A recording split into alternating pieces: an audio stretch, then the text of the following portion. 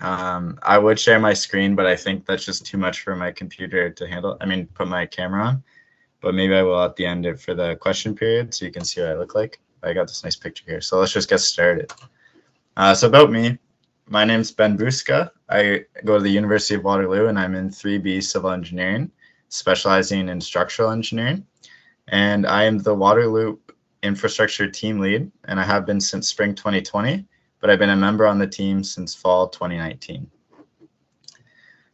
So a little thing about infra. Infrastructure team is responsible for exploring the broader feasibility of Hyperloop transportation. In particular, the team is working on with Waterloo administrators and industry connections to plan, design, and construct our local test track facility. The test track would be used for testing, research, and hosting events for competition. Additionally, Infra is working toward developing a full-scale Hyperloop tube track demonstration to achieve our team's goal by 2025.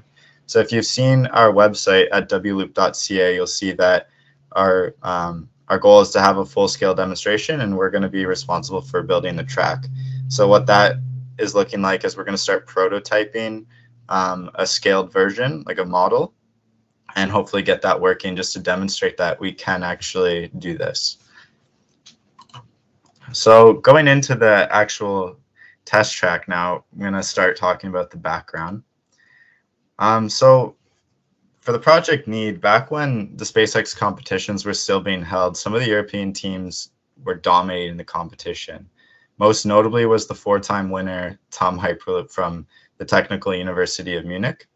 At the second competition, they won with a top speed of 325 kilometers per hour, and that was in 2017. And at the fourth competition, they won with a top speed of 463 kilometers per hour. So they also won the third one, and the first one they had like the top speed, but there wasn't a speed listed on the wiki. But so they're pretty much insane. And I think like second and third place were also held by European teams. Don't quote me on that. But pretty much the European teams are just dominating. Meanwhile, our top speed seems to remain around 100 kilometers an hour at each competition, give or take, sometimes lower, sometimes less. So why is there such a large difference in speeds between the European teams and ours? As our team continues to develop Hyperloop pods, we are continuously looking for pod iterations that outperform the designs as a clear indication of our progress. But unfortunately, with like no way to test our prototypes, we're unable to develop these improved technologies so that we can't outperform the US and European teams who have access to like state-of-the-art testing equipment, and some have like full-length test tracks. So on the left here, we have one example of the TUMS testing facilities. I think this one is an aerodynamics testing facility, but I do know they have like a tubeless test track. So similar to SpaceX track, just without the tube. I know they do have that somewhere. I just wasn't able to find a picture of it. And for some reason, their website's down or something like that, so I can't actually look for it. But I was able to get this pic. So clearly they have a lot of access to different things. And then on the right, this is our testing facility, which is just a 25-foot I-beam that is sitting on the floor of E5, if you know where that is. You might even have seen this if you're walking in the bay. So definitely not state-of-the-art. And, you know, we're clearly at a disadvantage because we're just limited to rolling tests. So what a rolling test is, you just kind of put the pod on the rail and then you just let it roll essentially.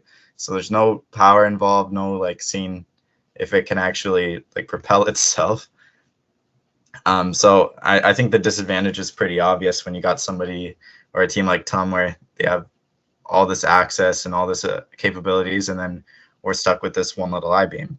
So we can't develop faster pod iterations with this rudimentary track.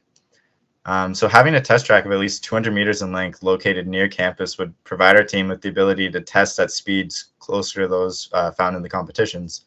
And this would be our biggest step towards constructing a continent-spanning supersonic transportation system. More importantly, a test track would grant us the unique opportunity of hosting a nationwide Hyperloop competition.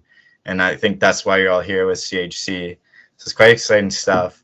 And this would be, I think, like the second competition in North America, but this track would be the first one in Canada, I believe, and one of very few in North America and in the world. So it's pretty exciting stuff, like pretty groundbreaking. Um, yeah, so it's from this simple idea that the infrastructure team began working on this test track project. So some of the project's constraints that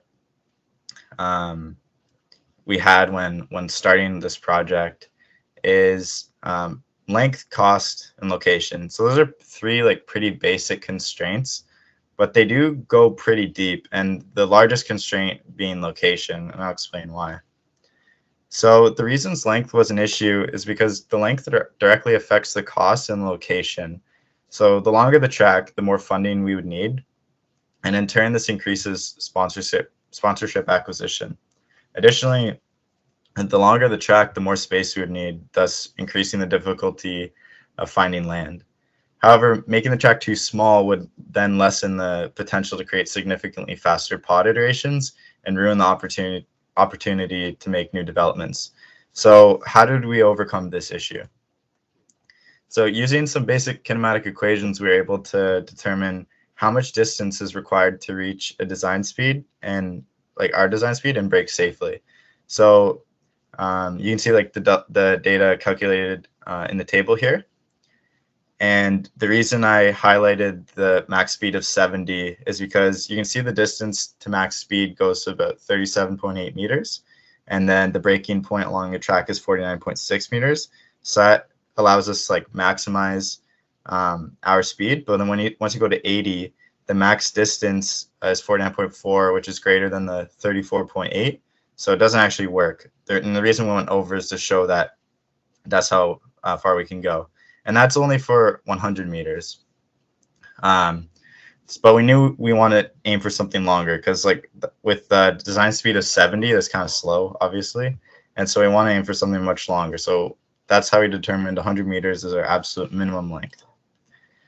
And then for cost, at the time, this was a big constraint because we really had no idea how much this project would cost. I mean, nobody's really an expert in Hyperloop anything because it's so new. And so no one really had an idea. But we did know that since we needed to make our track design similar to that of SpaceX, it would have to incorporate the I-beams so I can match the specs. So using a rate of $742 per 25 feet, we knew that for a 100-meter test track, we'd be looking at well over 10 grand. And so that picture there is 11 of the 12 I-beams we already own from our rolling track that we had set up a long time ago, but it was only set up like one time. So we have had these I-beams laying around for a while, and now they're finally going to get put to good use. But even without those, like even with subtracting those off the cost of our like 225-meter track, it's going to cost us over like 20 grand. So it's definitely not a cheap track at all. And this is also without a tube. So imagine like how much SpaceX tracks cost, for example. And then the final and the greatest constraint we had was location. So it's definitely no secret that the project is huge and requires a ton of space. So finding a 100-meter plus strip of uninterrupted land is not an easy task, and it was definitely not an easy task when we were doing it.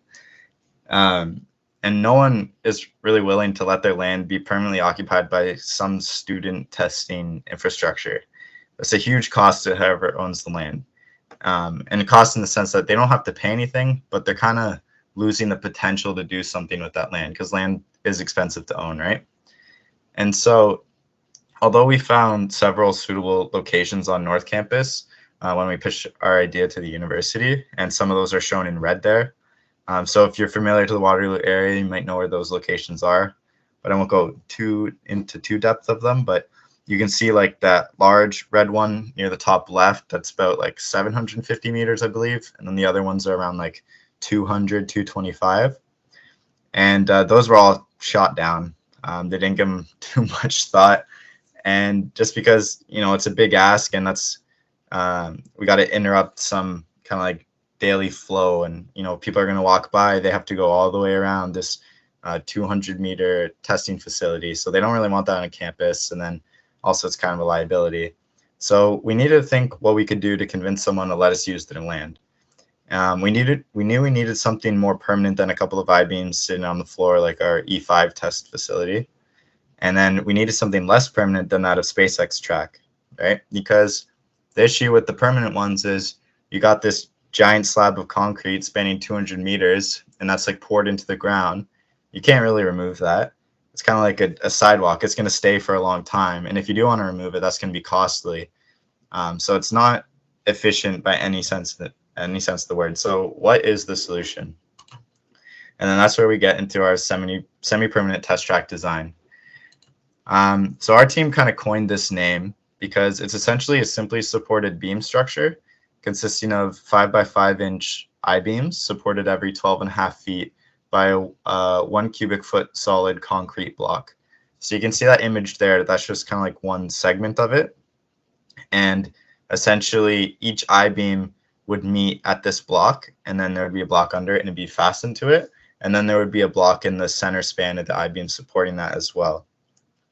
So this design is extremely beneficial for our needs because of its modular design, meaning adding additional segments is a very simple task. It's relatively easy to assemble and disassemble as it requires no heavy machinery, so like no forklifts, no excavators, like nothing like that for construction or deconstruction.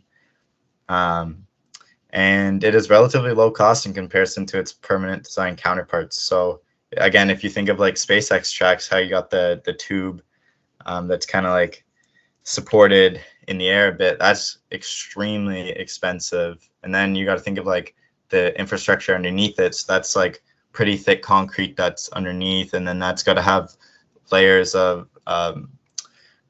subterranean underneath it, so that like freeze thaw effects don't affect that. So it's just like a lot to think about, and very permanent, very expensive. And so this is just a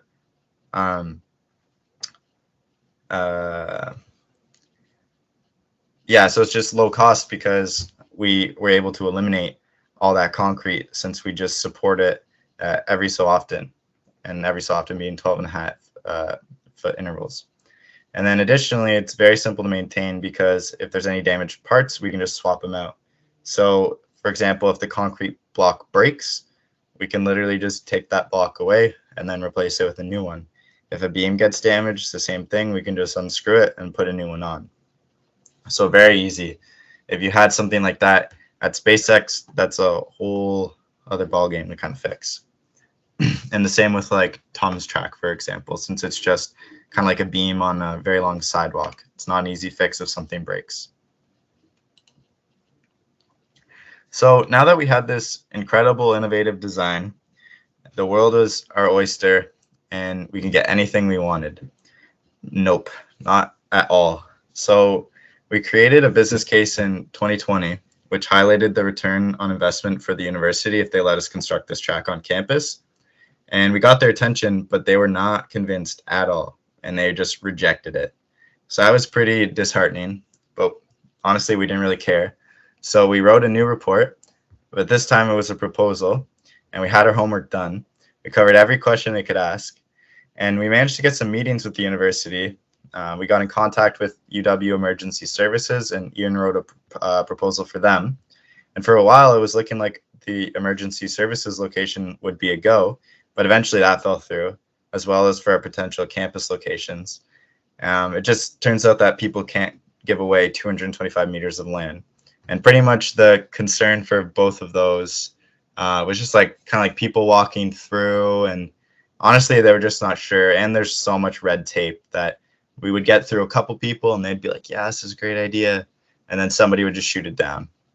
But honestly, that's kind of to be expected from a university type scenario. It's very, very difficult to make something like this move. So we understand why it didn't work. However, all this effort was not in vain because word got around about our project, and we eventually got in contact with the Waterloo Airport, and they were excited about our track and wanted to help us. So we wrote a proposal for them. And then after receiving some approval, we wrote a site usage plan that highlighted construction and how it would affect the site and so on and so forth. And so you can see on the screen there is like the the different documents we wrote. And this is pretty much over the course of 2 years writing all these papers just to get this project into fruition. So it's been a long project in the works, but it's starting to pay off and it feels really good. So here's a cross section of the design and some of its elements. So first we got the I-beam, which is pretty clear. It's just your kind of like standard I-beam. It's a little bit flanged there, but it's 5 by 5 inch. And then that is going to be attached to the concrete block at the bottom, which is just the big white space. And the way we're going to attach that is using wedge anchors. So for those who don't know what wedge anchors are, they are this bolt that gets hammered into concrete, and then at the base of the bolt, it kind of sticks out into the concrete hole so that it locks in place, and then that thing is not coming out. And then on either side of the I-beam, we have these rubber washers / grommets that will help reduce vibrations. And then we can just take the nut from the bolt and we'll just fasten that on there. So now you have a nice secure little track. And so that's how we are, that's basically how the design works and how we're fastening it down. And then some of the things that how our design differs from the SpaceX track. So if you know the SpaceX track, that's kind of like the inside of how it looks. The outside is just a big pipe. But you got the tube there, so that is our first and most obvious change. It was just like not practical and essential to have this giant tube for testing, because this tube would dramatically increase the cost of our design, and we can like get better pod iterations without having this low vacuum tube. The biggest thing is just being able to run the pod itself with its actual power. I think like a great way to think about it is, say we were able to make our pod go 100 kilometers an hour on our track. Well, then in the low pressure tube, maybe it can go like 150. Now, I'm not in mechanical engineering or something like that, so I don't know if that's actually accurate by any means, but that's just, I think like some of that's right, hopefully. Maybe some of you are shaking your head at me, but we'll see. And then the second big change is that we'd be removing the subtrack. So you can see the subtrack there on the image. It's kind of like the two big flat pieces of aluminum to the side of the I-beam. What this allowed people to do at the competition is they could have their wheels, for example, roll along that. And they could also have some things like touch that, because it was a different grade of aluminum than the I-beam, so it had some like electrical conductivity properties and things like that. But we decided to remove that because these aluminum sheets require essentially 100% of support beneath them to prevent deflection under their own self-weight. So if you think of it like a floppy ruler, if you just like hold two ends, the middle is just going to sag down, right? Because they're so thin. Whereas the I-beam, it wouldn't deflect at all. Well, it does like a couple millimeters, but we accounted for that. But for those subtracks, they won't be able to span the 12.5 feet distances without really drooping down. So they would be absolutely useless. And if we wanted to have them, that means we have to have concrete or something supporting them the entire span, which basically just brings us to a permanent design. So we decided to take that out. So that's one of the largest changes to our track, which does make it very, well, not very different, but kind of different from SpaceX design. So when teams come to compete on this track, that's something they're going to have to consider when they're designing their pod, because that's something they can't use anymore. So here's our braking schematic. This is actually, we drew this one, but it's pretty much taken from SpaceX specs. So all the braking gets to stay the same. So you can have like this like sandwich braking on the top, or you could do it in the center span, or this other one that's basically like the first one, but you can just have it going the full span.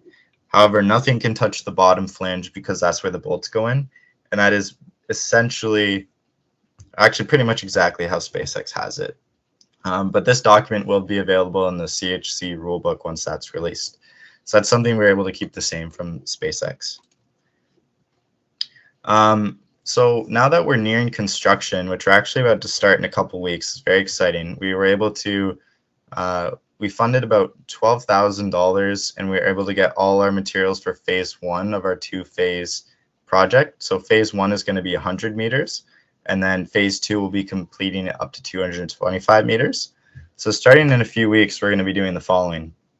So first we want to drill the different elements. So we got the I-beams and the concrete. I don't know if any of you have ever drilled into aluminum, but it's a long and kind of sucky process. So that's going to be done on its own. And same with concrete, just mainly because we have like 30 blocks times 4 holes in each block. So it's going to take a while. So we got to drill those holes. And then we want to start setting the blocks. So for setting the blocks, we'll be digging about 6 to 8 inches deep. And then we'll be adding and compacting gravel in the holes using like tamping. And so once that's all compact, we'll be able to set the block on top of that. And then using a laser level, we're going to make sure that all the blocks are going to be completely linear. So they don't necessarily have to be at a grade of 0 along the whole span, but they do have to be flat, because any crests or sags in the track is going to be problematic for the pod. And we want this thing to be as even as possible. So the reason I say linear is because it would be perfectly straight. But if it's perfectly straight on like a 2-degree slope, that's not an issue. It just can't be curvy. And so then what we can do is, if it's not level, we can just take the block out and then throw some more gravel or dirt under there and then pack that down and then try again. So it's pretty nice like that. Now that's like a very high level view of what we're going to actually be doing. It's going to take a lot more effort than that, but I hope everybody understands the idea. I don't have any pictures of that, but hopefully my words made some sense. So once those blocks are in, we'll be fastening the I-beam. So we'll take the wedge anchors and hammer those into the blocks like I mentioned before. And then once those are all locked in, we'll screw them down, we'll add the grommets and then bolt them down. And then finally, we'll lay our fencing around the perimeter of the track. So here you can see our site usage area. So this is how we'll look after construction is said and done. And this image shows like all the different dedicated zones. So at each end of the track, you can see the loading and unloading areas, as well as the workstation that will be covered with a tent. And then in red is our track areas, or like keep out zone. Then this will be fenced off using construction fencing. So this like very simple diagram is actually pretty important, because when the pods are in motion, they're going to be going pretty fast and it's going to be very dangerous. So we don't want anybody in the red zone or the pod loading or unloading area when anything's happening. So basically we need people to be on either like length of the track when it's going, so that nobody gets hurt. And that's why we have the workstation off to the side. And that about wraps it up. That's pretty much everything about the test track from its start to where we are now. I think pretty much you could join our team and fit it right in, because now you know everything. So now I want to open it up to questions for, if anybody has anything on their mind or they're interested about something. You can ask an unrelated question. I don't know if I'll have the answer, but I can try. But if it's about the track, I might. So yeah, let's hear the questions. I have a question about the blocks. So are the blocks going to be built into the ground, or is it just going to be set on top of the gravel? The blocks are so the ground will be kind of like dug out, and then the gravel will just be tamped into the ground, and then the blocks will just sit in that hole, but they won't like be buried by any means. So you could technically just pick them out. Does that answer your question? Yeah, no, I'm just concerned if like a pod is going down the track, if it would be able, like if it has enough speed, it could possibly lift up the blocks. Like, I see. Analysis done on that? Yeah, I see. So we did actually calculate that. I don't have like the numbers off the top of my head, but since the whole structure is fastened together, every segment will be working in tandem. So the pod would have to generate enough force to lift like 30 concrete blocks. So that's easily like, I don't know, that's like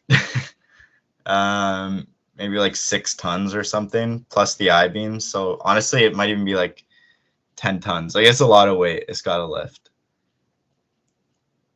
So to answer your question, no, it's pretty much impossible that a pod could lift it up. And then I guess a similar question about the fencing, like if it's spec'd, if like a pod is going 400 kilometers down a track and on rails and it's going into the fence, would it be going through the fence or would it be stopped by the fence?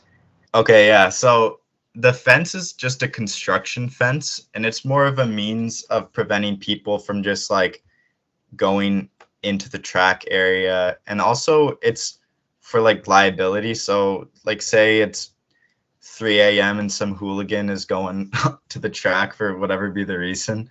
And we just kind of need to like cover our butt. And that's kind of the purpose of the track, so that no people can just go there, you know? Um, Obviously somebody can go through a construction fence if they want, but we can't just like leave this I-beam open for people to walk on or do something, because I don't know, say somebody's like, yo, this balance beam looks kind of hype, and then they fall off and twist their ankle, then we'll be kind of in trouble. But a construction fence kind of helps with that. And then also with competition, it's just making sure no one's like walking in the area. It's just like very visibly blocked off. Now, for if the pod is going 400 kilometers an hour off of the track, what we'll have at the end is just sandbags, actually. So unfortunately, the pod will get crushed, but like no one's really going to get hurt because the sandbags will just absorb all the impact. So that's basically our emergency stop procedure, is just sandbags. Which if you do, I think if you look up like, oh, it might be like if you look up War Hyperloop track, they just have a similar like sandbag emergency stop. Does that answer your question? Yep, all good. Thanks. Thanks for asking. I've also got a question. Yeah, lay it on me. So I just wanted to clarify for the competition next year, like later this academic year, it would be, should we expect the 100-meter track or the 225-meter track? You'd expect the 100-meter track. Okay, and then the 225 would be if there's a competition the following year or whatever it might be. Probably. Yeah, so the 225 meters is kind of dependent on the success of this one. However, we did like blow way past our phase 1 funding goal, so we do actually have about like just a little less than half the funding for phase 2. So it's highly anticipated that we'll be able to fund it no problem, and we have the space for it and the okay from the airport, which that's like who's letting us build. So there's really nothing from stopping us from building the 225 meter other than our own success. So honestly, I see it happening as long as like nothing goes wrong with construction, or I don't know, the track explodes or something crazy. Awesome, thanks. Oh, thank you. I have a follow-up question, kind of. It's so if the track were to be, or the competition were to be run in the winter, how would you guys deal with like any snow or water, ice on the track? Right. So we actually, one thing I didn't include in the presentation is that we have these massive tarps that are going to be covering the track anytime it's not in use. So for snow, it wouldn't be really an issue. However, I guess if like water got underneath it, I don't really think we'd be testing if it was like icy conditions. However, if it was like pretty clear and we deemed it good, then we would test, because I don't really know any like real suitable method to remove ice off of the track. Also, I don't think anyone wants to be testing if it's like icy out, so it's pretty tough. But we can look more into that. So thank you for the question. Yeah, no problem.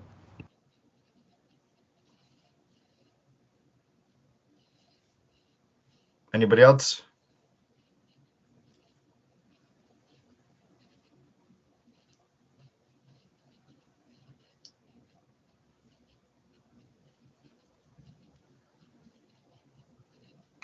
Sorry, I might have missed this earlier, but what do you think the anticipated date will be for the competition? Or if you don't know yet, when will we find out?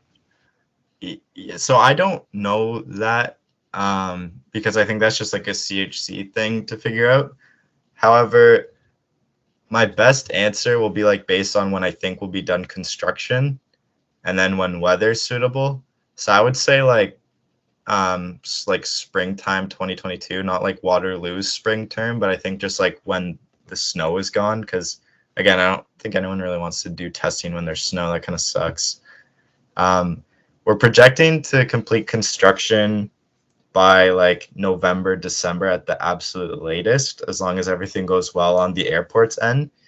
And so assuming there'll be like a lull period when it's winter, just after winter would be when the competition could start, or just testing in general. So I guess like for those who are just on teams from different universities, we're trying to make this open for other universities to come test on. As far as the competition goes, I think that's just whenever CHC decides to do it, and they're waiting on us too. So yeah, I think you'll hear more like when we all figure that out. But thank you for the question.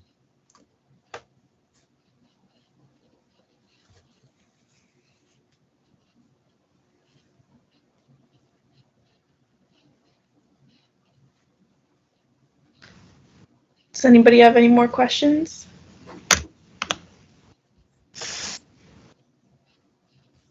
All right, well, thank you so much for that presentation, Ben. That was really cool. And if anybody does have any other questions that they think of later, just feel free to email chc@caihyperloop.ca and ask your question, and then we will forward that to Ben or somebody else on the Waterloop Infrastructure team, and they can get an answer for you.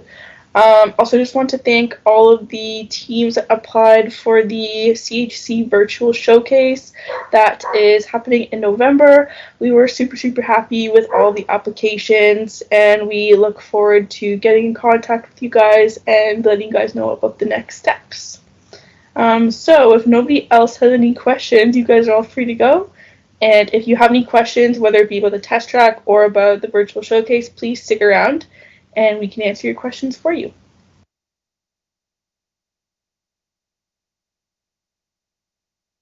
Thank you very much. Thanks for coming. Thank you, everyone. Yeah, thanks, Thank Ben. you. That was great. Thanks, guys. Thank you. Thank you. Bye.